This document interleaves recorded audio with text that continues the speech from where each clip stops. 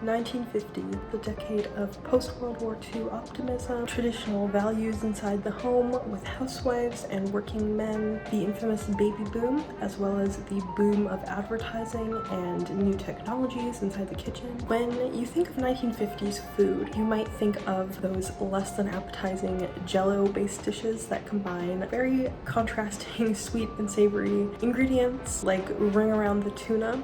A perfect example of the decade's fascination with presentation and convenience. Or you might think of classic meat and potatoes dinners, but what did the average family actually eat in 1950s? Or specifically, what did housewives cook and eat in 1950? I could just tell you, but there's no fun in that. So let's do a little history lesson. To understand what people ate in 1950, we have to go back to 1940. From 1938 to 1945, World War II was occurring. As a result of the war, food shortages occurred worldwide, prompting governments to impose strict rationing systems that in some places lasted years after the war. Most notably in England, it lasted until the mid-50s. Needing to be provided food halfway across the world, troops were sent a number of shelf-stable products in rationing packages. This ultimately led to more research into processed foods and shelf-stable foods, which led to the popularization of various processed foods like Nescafe, powdered sugar, Spam. American troops during the war were sent lemon crystals as a source of vitamin C, but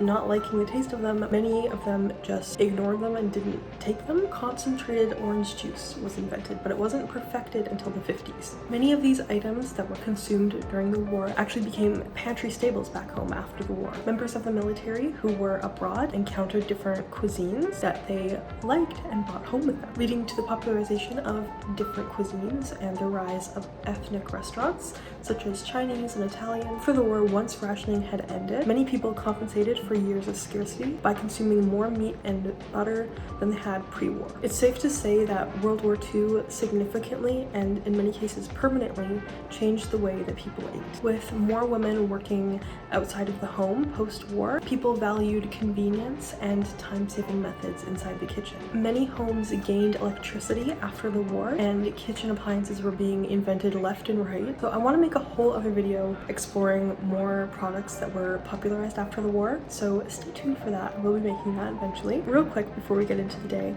if you're like me and were wondering why the hell people made everything out of Jello back then, here is why. So Jello, the brand, was very good at marketing. They were advertising a product that could assure you an elegant and eye-catching meal that was effortless to make, aligning with the 50s shift towards more modern technology and convenience. And no, Jello was not just a sweet dessert. We'll be exploring that more today. So while the 50s favored convenience and time-saving methods, and while processed items were gaining popularity, it's important to know that many people still valued healthy homemade meals, so there was definitely a balance between the two.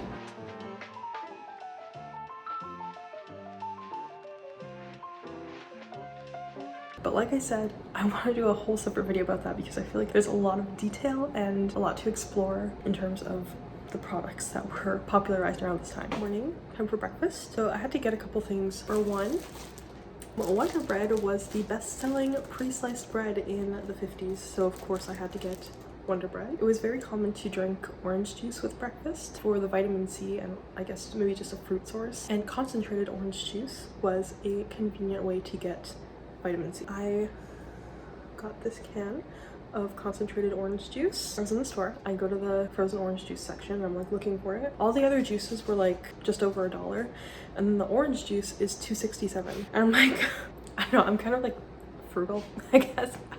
I like a deal. I don't like to spend more than I think I should. I was like, $2.67, like that's a lot for an orange juice. It's like, okay, I'm just gonna get like a box of orange juice because it's probably cheaper. So I go to the boxed orange juice and they're sold out of orange juice. All orange juice gone. So I had to get this. You know, it worked out in the end. So a typical breakfast in 1950 would be toast, eggs, and bacon. Just like in my last video, eating like 1860, I made a meat alternative for myself because I do not eat meat. Just tofu sliced thin and marinated with veggie stock powder mixed with water, soy sauce, and liquid smoke, so it's sort of savory, smoky. So my grandparents were actually born in the 40s, So they grew up in the 50s. And when we were kids, my grandma actually got this kind of juice all the time. So I remember her stirring it in these big pitchers with like a wooden spoon. Apparently you're supposed to just... Oh my god, why am I scared?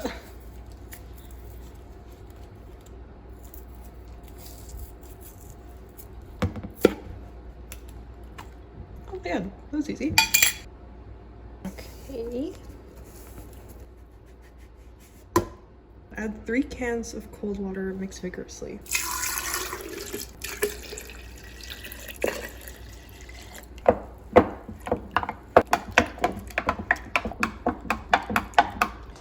I've moved a little bit because my neighbor is leaving for work. I usually stand in front of the window for the lighting, but I don't want him to see me filming. He just left, it's fine. So this morning, we're having a typical 1950s breakfast. Scrambled eggs, toast with jam, bacon, which I have made my vegetarian version, orange juice, and coffee.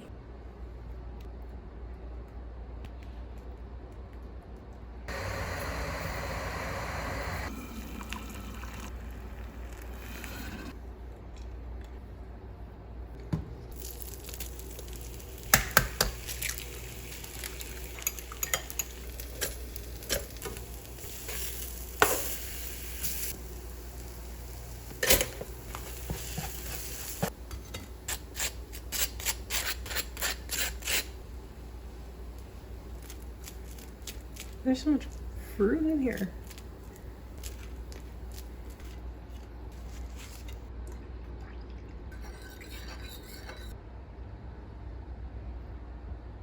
Here's breakfast. It looks so good. I'm so excited. I feel like I might have slightly overcooked the eggs. Yeah, those are good though.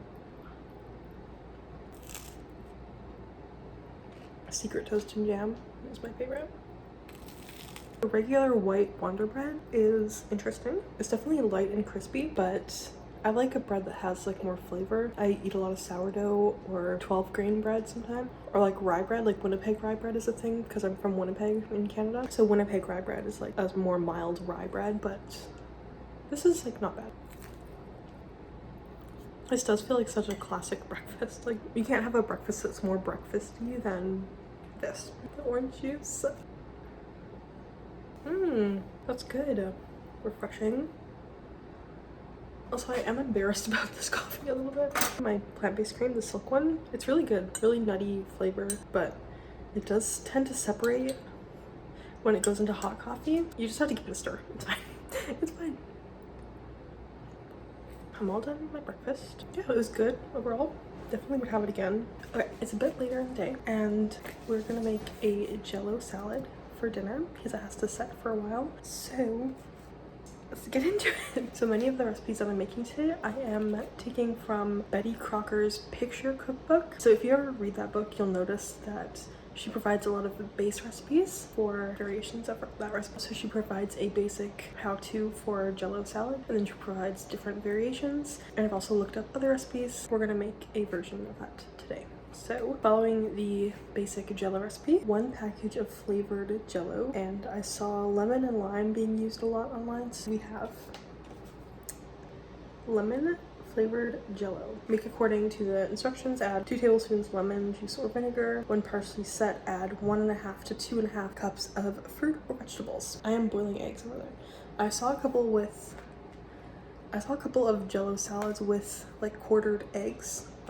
Now this Jello is sweet Jello. I tried to look it up. I couldn't tell if you were supposed to use flavored unsweetened Jello or flavored sweetened Jello. I hope this is right. Besides the eggs, we're gonna add, I do have some tomatoes. I saw quartered tomatoes, also peas, cabbage, cauliflower, just all sorts of vegetables and fruit, and also fish.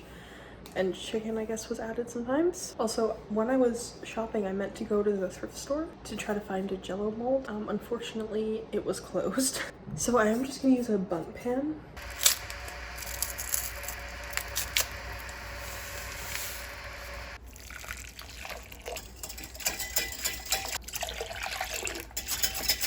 So I imagine you let it set in here and then stir in your veg and then put it into the mold. I'm gonna let it set partially in here. Oh my gosh, I almost forgot to add the vinegar and the salt. Oh my god. While the Jello is setting, we're gonna prep a little cucumber, 3 eggs, corn, peas, and I will do a tomato.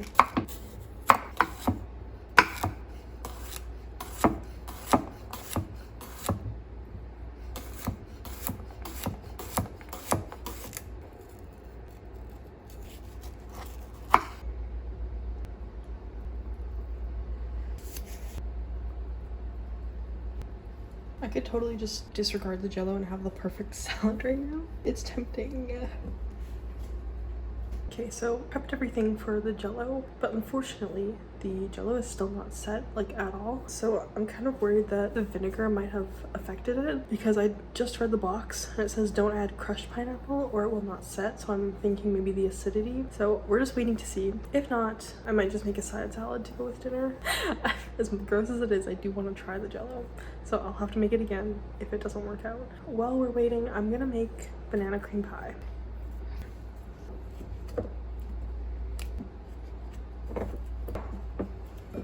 2 tablespoons of water.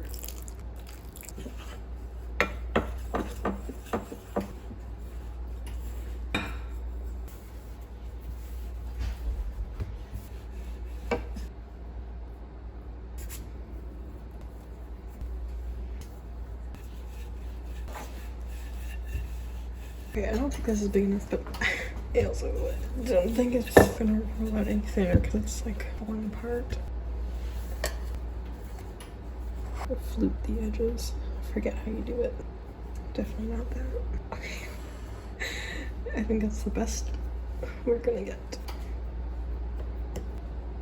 Oh my god, yes. Okay. So we're gonna add some peas and corn. Some cucumber. And I think I'm also gonna add the tomato wedges. Ready? Oh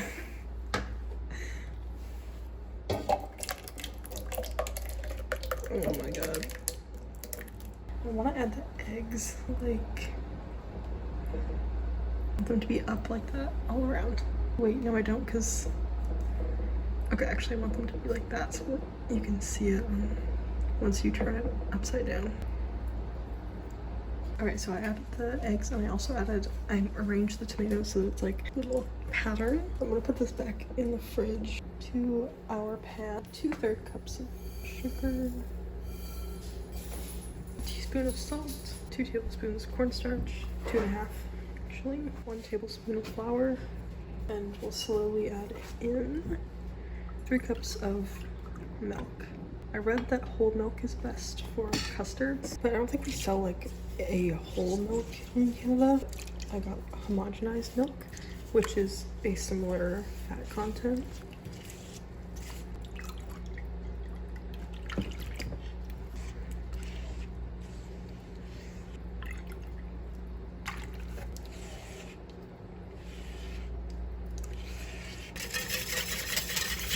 My pie crust is not looking good.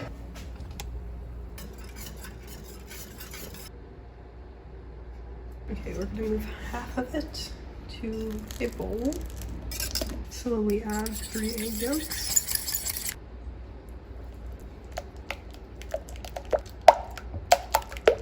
And then we'll slowly add this back and boil for 1 minute.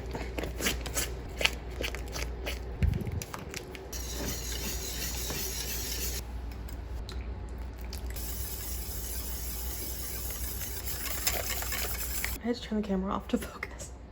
I was able to roll it a bit thinner because I used a slightly bit more water, and the butter pieces they were supposed to scatter, I made that smaller, and also the butter was softer so it wasn't poking through the dough. I'm just gonna smooth it out and try to flute the edges again.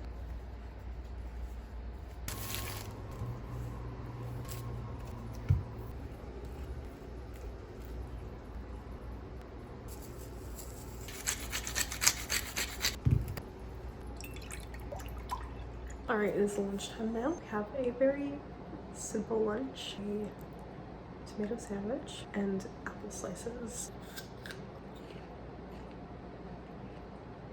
These apples are so good. I've had them for like so long. I thought they were gonna be bad by now, but they're still good. And I love tomato sandwiches, but I normally have them toasted. I've never had them like raw, if you will. That was pretty good. I think I prefer the crunch of the toasted version, but the tomato just got very juicy. Oh. So a common thing to have at lunch as well was a glass of milk. A glass of milk was common to drink at both lunch and dinner. I do have cashew milk because I don't drink milk.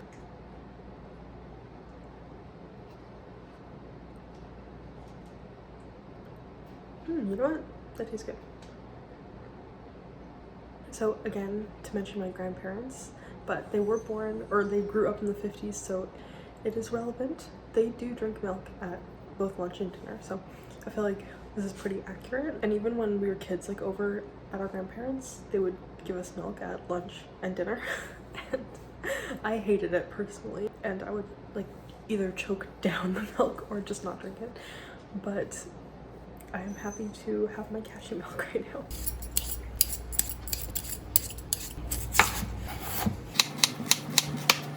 Just about to start dinner, and for dinner today we're having meatloaf, a classic 1950s recipe. And again, this is a Betty Crocker recipe. Just like in my last video, I am using Beyond Beef. It's a plant-based ground in place of ground beef. I'm also just peeling some potatoes right now. I'm also having the jellied salad that we made, and it looks very jello-y. My mom is also baking potato peel. My mom is making some buns right now. It's in the oven, so we have that. And also peas and corn. I'm about to make the meatloaf. I'm so excited. Meatloaf is such a iconic 1950s recipe. So I'm so excited. 1 cup of,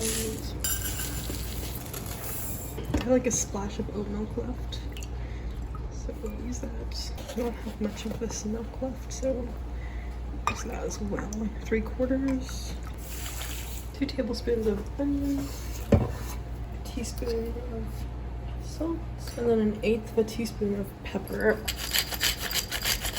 I also don't have dry mustard, so I'm just gonna use a little squirt of Dijon.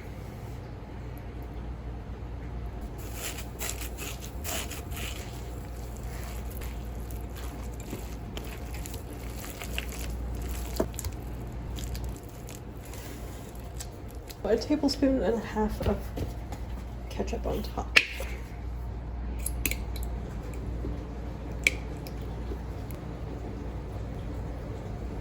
Okay, now it bakes. Oh my god, I forgot the egg. Oh my god. Okay, well, it's kind of late now, I guess. Oh my god. Ugh, I didn't take any out because it's literally right here. My mom used some egg to put on top of the buns, and I was like, okay, I'll just use that. I totally forgot. Also, I totally forgot to put sliced bananas underneath the like filling, so they're just gonna be on top of the pie. Oh my gosh, look at these. Now I'm gonna whip up some whipping cream. I do have an immersion blender whisk attachment, but because we're trying to be like it's the 50s, I'm just gonna do it by hand. Is that enough?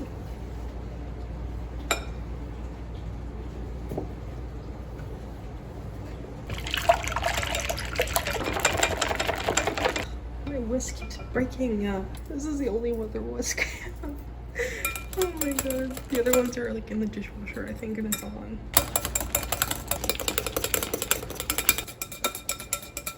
Oh my god. My hand hurts. So I've seen that a lot of the Jello salads say to serve it with a mixture of mayo and whipping cream. I'm gonna mix them together.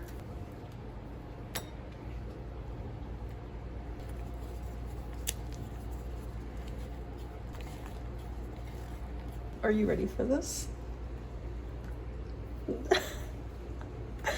Oh my god. Oh my god. What? Okay, it's very loose. I'm concerned. I'm scared.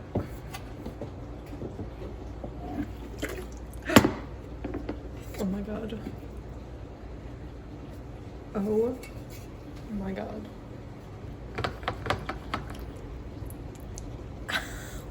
What?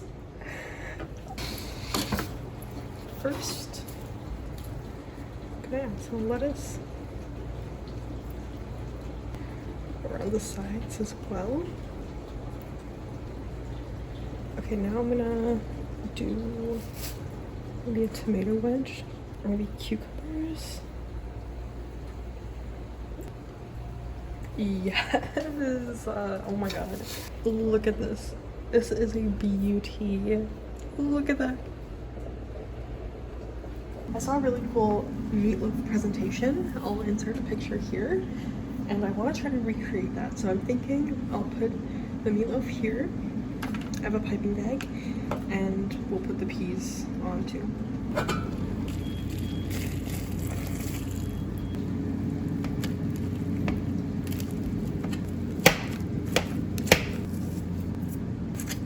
The wind is blowing the pepper away.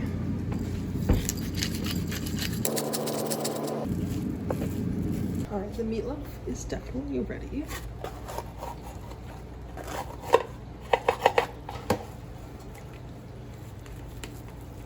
Okay, I want to do this quick because they are very hot. Oh my god.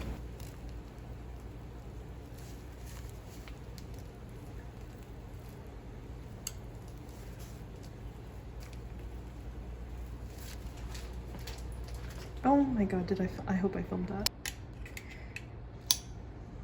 Okay, anyway.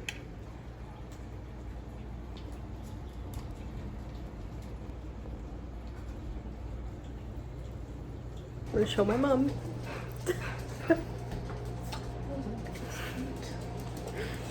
What do you think? Silence is... It looks accurate. That's how gross it is. Is that look good? That looks cute. Yeah. Okay, dig in. Salad first? No. This next. Yeah. And then there's just the salad. And then do you want some more peas? Yeah, peas. Make sure you leave room for the... I don't think there's enough. No, there will be room. I don't think there is. Do you want a I have bowl? just enough room for I can get you a bowl. a bun. I can get you a bowl. Nope. Or another plate. Here, I'll just move. No, it's okay. I'll get some for you. Do you want egg I or don't care. tomato? I don't care. Get you a bit of both. Yeah. Please get me a bit of both. Cool. The bun? Jello just slid off the egg. I know. Got a bun? Yes, please. I saw something too that in the 50s they had smaller plates and they had smaller portions. Oh yeah. Oh, barbecue sauce.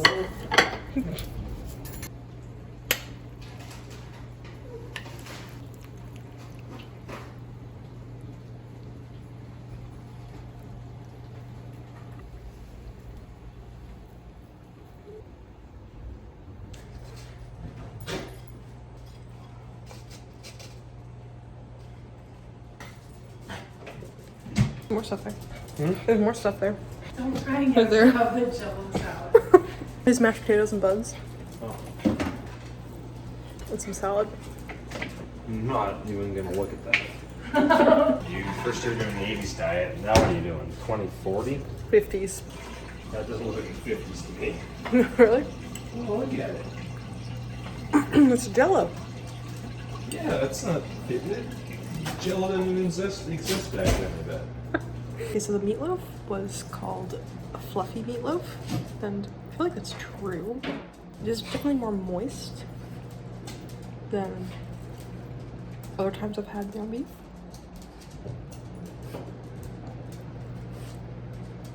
It's good though.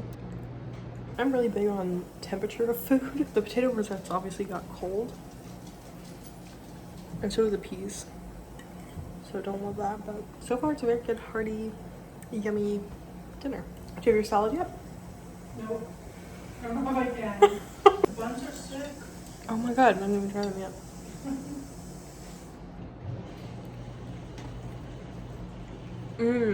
I'm scared.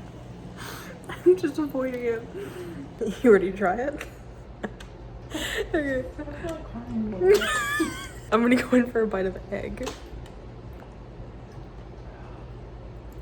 Oh, you're ready? Yeah, got egg, pea, and corn. I got egg, pea, and corn. Jello. Ready?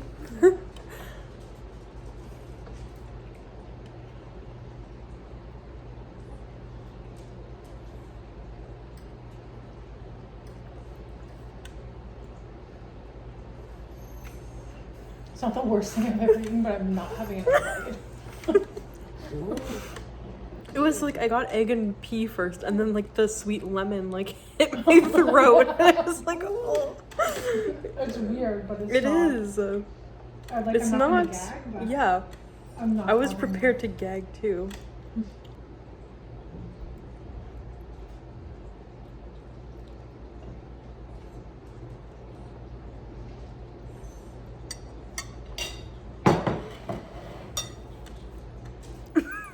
Well, I'm gonna go finish dinner. I'll be back for dessert. I actually forgot whipping cream mayo for on top of the salad, so I have to have another bite. See, I'll have Jello, and then egg, and the mayo. I was just gonna ask if you wanted to mayo cream. I have it. Oh yeah.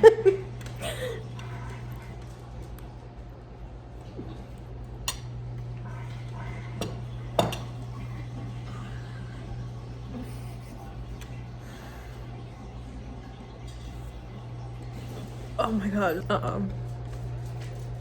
No.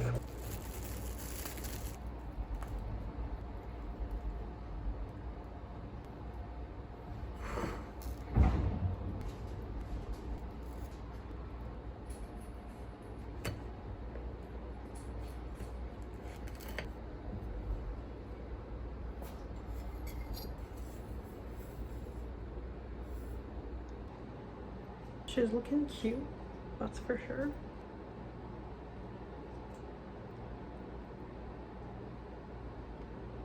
Oh my god. That's so good. I actually wish I had more bananas. Maybe I should do the whole top with bananas. Okay, land the whole top with bananas. So yeah, this was a really good day of eating. It was really fun to look up what people ate in the 50s and also the presentation. I love looking at 50s food. It's just